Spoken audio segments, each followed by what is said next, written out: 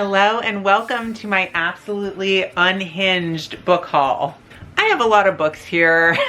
My shelves are looking a little sparse, but that is because I have 3 giant piles of books to show you. I'm just gonna dive right into it because I have 35 books. Now, these books are from 3 different places. These books are from Half Price Books, which we got a good amount of credit to Half Price Books because we brought in a bunch of books that we have read that we're not gonna read again or that we DNF'd. So we got a good amount of credit for Half Price Books there. These are also from Amazon Prime Day and they are from the library. I'll let you know which ones are from the library, but let's just get right into it because this is gonna take a while. I'll start with my hardbacks. The first is The Unmaking of June Farrow by Adrienne Young. This I bought because of Book Talk. Next is The X-Hex by Erin Sterling. This one I got at Half Price Books. It apparently was a book of the month book. I've heard really mixed reviews about this one. For the most part, I find that people don't love it, but I wanted to give it a try for myself because I'm into like witchy books. I think they're cute and fun and kind of whimsy, and I want to read it in October. Next is The Measure by Nikki Ehrlich. This book, as far as I know, let me know if I'm right, is about a world in which you are given the opportunity to learn when you are going to die. So some people choose to learn and that changes the trajectory of their life and the choices that they make in their life. And some people choose not to know. So this is the story about that world. That is Stella, by the way, and she's peacing out. See ya. So I'm excited to read this one. Next is another Book Talk book that is a thriller. One of the blurbs says, laugh out loud, funny, thrilling, and twisty. Stephen King says, a world-class whodunit. That's all I really need to know. That's enough to sell me on it. So Listen for the Lie by Amy Tintera is something I'm really looking forward to. Next is another Brandon Sanderson book, and that is The Frugal Wizard's Handbook for Surviving Medieval England. This is the second book in his Secret Projects series. The first one was Tress of the Emerald Sea. I adored that book, 4.75 stars. It was nearly perfect. I tabbed it to death. I loved the writing. So I was really into the idea of reading more Brandon Sanderson. I'm nervous to dive into the Cosmere and like Mistborn and all those things. I am going to. I think I'm supposed to start with Mistborn and I'm going to. But for now, this seems like another good stepping stone for me. Romantic Comedy by Curtis Sittenfeld. This book I think is a romantic comedy about someone that works at like an SNL kind of show. Recursion by Blake Crouch. This one has to do with like memories and recalling memories or storing memories in a science fiction way, I believe. And the results of that, not totally sure if I'm remembering the synopsis correctly, but that's what I remember. A lot of really good blurbs on the back. I read Dark Matter by Blake Crouch and really loved it. It was my first ever science fiction, so I'm interested in reading more. And I think reading more of his books is a good way for me to go about it because I know that I like his writing. Next is The God of the Woods by Liz Moore. This one I think is a story about a summer camp and someone that went missing many years ago. And now we're dealing with the repercussions of all of that, and I think this takes place many years later. I'm excited to read this one. I've heard good reviews about it. Next is The Rom-Commers by Catherine Center, and she is weighty. I don't know a lot about this book. I think it's about writers, like romantic comedy writers, if I'm remembering correctly. I might be thinking of another book, but I believe that's what it's about. It has nice sprayed edges. So excited to give that one a try. Next is The Wishing Game by Meg Schaefer. I don't know what this book is about. I think it's bookish and that's enough for me. I love books that are bookish. This one I was going to pick up at an indie bookstore, ended up getting it from Amazon on Prime Day, and at the end of the day, that is Big Gay Wedding by Brian Lane. This one, actually, no, I didn't get this on Amazon. I got it at Half Price Books. This one is about a big gay wedding. One of these characters grew up in a small town as a part of the queer community. I'm excited to read it and just listen to and read about a nice gay love story. Next is Legend Born by Tracy Dion. This book is like a Knight of the Round Table story, not retelling, I think. I think it dives into that later in the book, but it's a fantasy and I'm looking to read more fantasy. So I think this is YA, which YA really isn't my thing, but I'm more apt to like a YA fantasy than I am other YA genres. So I'm willing to give it a shot. Next is The Paradise Problem by Christina Lauren. This is about a woman who has to, it has fake dating in it, pretend to date this guy who she used to be with because he needs to be married, I believe, in order to get his like $1 billion of inheritance. So I love fake dating. It's one of my very favorite tropes, if not my favorite romance trope. I don't know why I said one of. I think it is my favorite romance trope. So excited for that. This one is A Taste of Gold and Iron by Alexandra Rowland. And this one is a fantasy romance. It's a gay fantasy romance. I believe this guy is a bodyguard to this guy. It came up in when I was searching like cozy fantasy reads because cozy fantasy is my favorite genre. So speaking of cozy fantasy, there's a lot of books on here that I picked up because I saw them on a table at Barnes & Noble that were cozy fantasies. So I don't know what a lot of these cozy fantasies are about. I simply know that they are cozy fantasies and I just want to read all the cozy fantasy I can get my hands on. So I have Remedial Magic by Melissa Marr. I have a series of short stories that I got from Half Price Books called Rainbow Stories, or Rainbow Stories by Lydia Conklin. And I know this has a lot of queer, transgender, and non-binary stories in it, so I'm excited to read more of that. I believe these are real stories. I think this is a nonfiction book, I think. Next is a thriller, A Flicker in the Dark by Stacey Willingham. I got this book because of TikTok, so I don't really know what it's about. I just know that it is popular and thrilling. So that is enough for me to pick it up because I love a good thriller. I love it. I love it.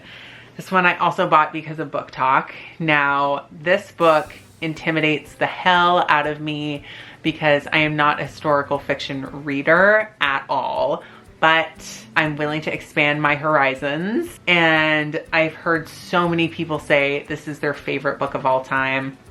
And that is The Nightingale by Kristen Hanna. I believe this is set in World War II, I think. I don't really know what it's about other than that, but she is thick. I'm thinking I might return this book and buy it on Kindle instead because I have a hard time reading such chonkers in physical form. So we'll see. Maybe I will, maybe I won't, but I am going to read it. The Librarian of Crooked Lane by C.J. Archer is, I believe, a story that has magical realism surrounding a library. That sold me instantly. This is a cozy fantasy called A Murder Mystery, Shady Hollow by Juno Black. And this is a cozy fantasy involving woodland creatures. That sounded amazing to me.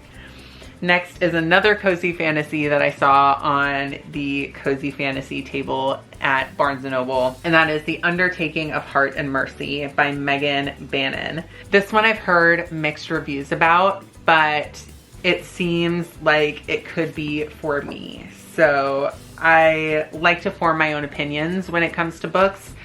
Sometimes I'll buy books from that are popular on Book Talk or just popular in general, but sometimes I buy these books that everyone rates 5 stars and I don't love. So I've gotten to the point in my reading journey where I am here for forming my own opinions about books, and that is what I'm going to do with The Undertaking of Heart and Mercy. This one I bought solely based on the title because it sounds so up my alley, and that is A Witch's Guide to Fake Dating a Demon.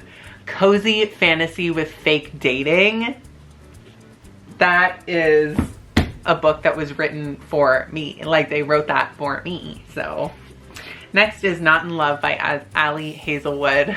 I started off my reading journey absolutely cringing, hating spice smut. Like, it made me cringe so hard.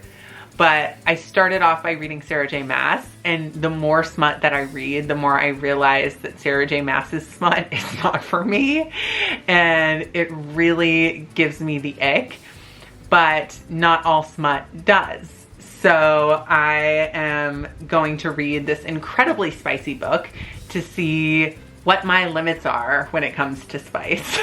The Couple Next Door by Sherry Lapina is, I believe, a book about neighbors who discover there's a creepy kid next door, or the neighbors are creepy or something. It's a thriller. It's very short, so that should be an easy read.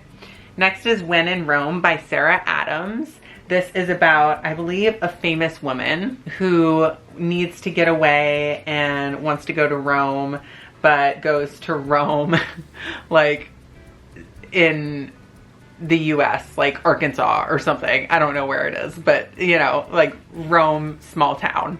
And it's a love story. And I believe this is closed door or doesn't have any spice in it. So I'll be curious to read that. I haven't read a ton of closed door romances. Next is The Love of My Afterlife by Christy Greenwood. And this one, I think, well, for one, it has a blurb by Colleen Hoover, so that doesn't bode super well for me. But I've only ever read Verity, and it was so not for me, but you know, I'm giving this book a fair chance. I think this is about a woman who dies, who has a week left living to find her true love and to get like true love's kiss. So that sounded very cute to me. This is a romance by Etta Easton that I don't know a whole lot about, other than one of them works for NASA, I believe, and that sounded pretty cute to me. Next, I'm on to my library books. So all of these that I went over are the books that I got half price books and on Prime Day. So these are library books. The Storied Life of A.J. Fickery by Gabrielle Zevin. I believe Gabrielle Zevin is the one that wrote Tomorrow and Tomorrow and Tomorrow, which I haven't read. It doesn't seem up my alley because it's literary fiction, but this is also literary fiction. But this is cozy and bookish. So any book that's bookish, I'm gonna give a shot. This one is Anxious People by Frederick Bachman. This one is about hostages who I think outwit and outsmart the guy that's holding them hostage, and I believe is supposed to be funny, I think. Next is The Paris Apartment by Lucy Foley. I read the guest list by Lucy Foley and gave it 3.5 stars. It wasn't that it was predictable, it was that there were so many POVs and it just didn't engage me throughout the whole thing. Not that none of it engaged me, but that I wasn't engaged the whole time. So I'm going to give her another chance to see if her writing is redeemable. Isn't the right word, because again, it's not that I like really disliked the guest list, but if I can love this book even more than I loved the guest list. The Chain is here. I already read that. Next is The Push by Ashley Ardrain. And this is a book about a woman who is a mother, and she starts to think that her children, or at least one of her children, I'm not sure, are very disturbed. So that sounds really interesting to me. Next is The Flat Chair by Beth O'Leary. This one is about two roommates who work opposite schedules, so they don't run into each other a lot, but they leave little sticky notes for each other and end up falling in love via sticky note, I think. That sounded so cute to me. Next is Gone Girl by Gillian Flynn. And I don't know a lot about this book at all. What I do know is it's incredibly popular and kind of a classic in the thriller genre. So I have to read it. I have to. Okay, last one. Here we are, book number 35, 28 Summers by Ellen Hildebrand. This book is about a woman and a man who meet up every summer for 28 summers. And I believe she's like sick or on her deathbed, and she tells whoever's with her, go tell this man that I'm here. And he comes immediately. I know there's a love story. I know there's a cheating trope in this, which I'm not thrilled about. But I want to give Ellen Hildebrand a shot. I've heard really good reviews about this. So we're gonna give her a try. That is all of my books. That is my book haul. So these are just the paperbacks. Thank you so much for watching. I hope you enjoyed. I love watching hauls, so hopefully you liked it too. And I hope you have a wonderful rest of your day. Leave a comment below if you've ever read any of these books and what you thought of them. And I look forward to seeing you in the next one. Bye.